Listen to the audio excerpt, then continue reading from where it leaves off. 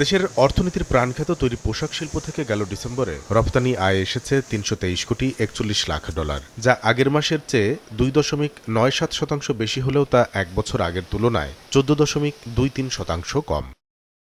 চলতি বছরের প্রথম ৬ মাসের হিসাবে এ খাতের মোট আয় হয়েছে ১,৯৩৬ কোটি ৫৪ লাখ ডলার। রপ্তানি উন্নয়ন ব্যুরো ইপিবির হিসাবে এই আয় গেল অর্থবছরের একই সময়ের তুলনায় ২.৬৩% কম। এমন মন্দাদশার কারণ ব্যাখ্যায় উদ্যোক্তারা বলছেন, রাজনৈতিক সরকার না থাকার মাশুল গুনছেন তারা। ইলেকশনের আগে বাইরেরও এখন বাংলাদেশে আসার জন্য অনেকবার চেষ্টা করছে, তারা এই পরিস্থিতিতে বাংলাদেশেও আসতেছে না, ডিউ টু ইলেকশনে কিও তারা ভেবেচিন্তে তারা বাংলাদেশে আসবে। আমারও প্রায় near about 3 million order stay করে দিচ্ছে, যেহেতু এখন বাংলাদেশে কোনো সরকার ইন্টারিম গভর্নমেন্ট আছে, অ্যাকচুয়ালি রাজনৈতিক কোনো সরকার নাই, সেক্ষেত্রে আমাদের অনেকে আমার অনেক ভাইয়েরই অর্ডার স্টে করেছি, ইলেকশনের পরে আমরা অর্ডার প্লেস করব। ইফাদ রশিক স্পার্ক মিক্সে আছে সবচেয়ে বেশি মশলার সংমিশ্রণ। ইফাদ রশিক স্পার্ক মিক্স মশলা। রপ্তানি বাজারে পোশাক শিল্প মন্দার কবলে পড়ায় চাপে পড়েছে মোট রপ্তানি আয়ও।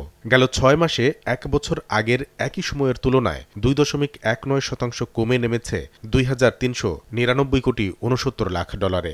ভারত থেকে স্থলপথে সুতার মতো কাঁচামাল আমদানি বন্ধ থাকা রপ্তানি আয়ে বড় নেতিবাচক প্রভাব ফেলছে বলে বিশ্লেষণ নিট পোশাক শিল্প মালিকদের শীর্ষ সংগঠন বিকেএমই এর। আমাদের কিছু কিছু স্পেশাল সুতা লাগে, আমাদের কিছু কিছু অল্প কোয়ান্টিটি সুতা লাগে, যেটা আমরা কন্টেনার ভরে আনি না, কিন্তু ওই সুতাগুলো বাংলাদেশে অ্যাভেলেবেল না, বা থাকলে অনেক বেশি প্রাইস বাংলাদেশের স্পিনাররা চায়।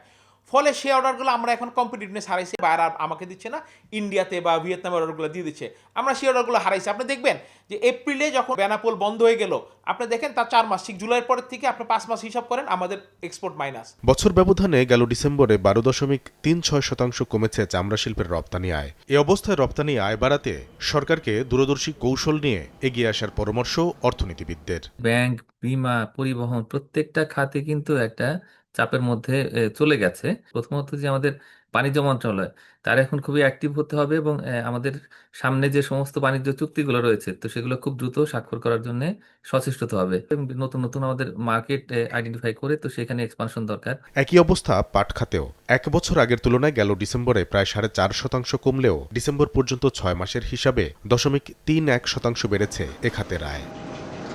কামরুল হাসান সবুজ, সময় সংবাদ, ঢাকা।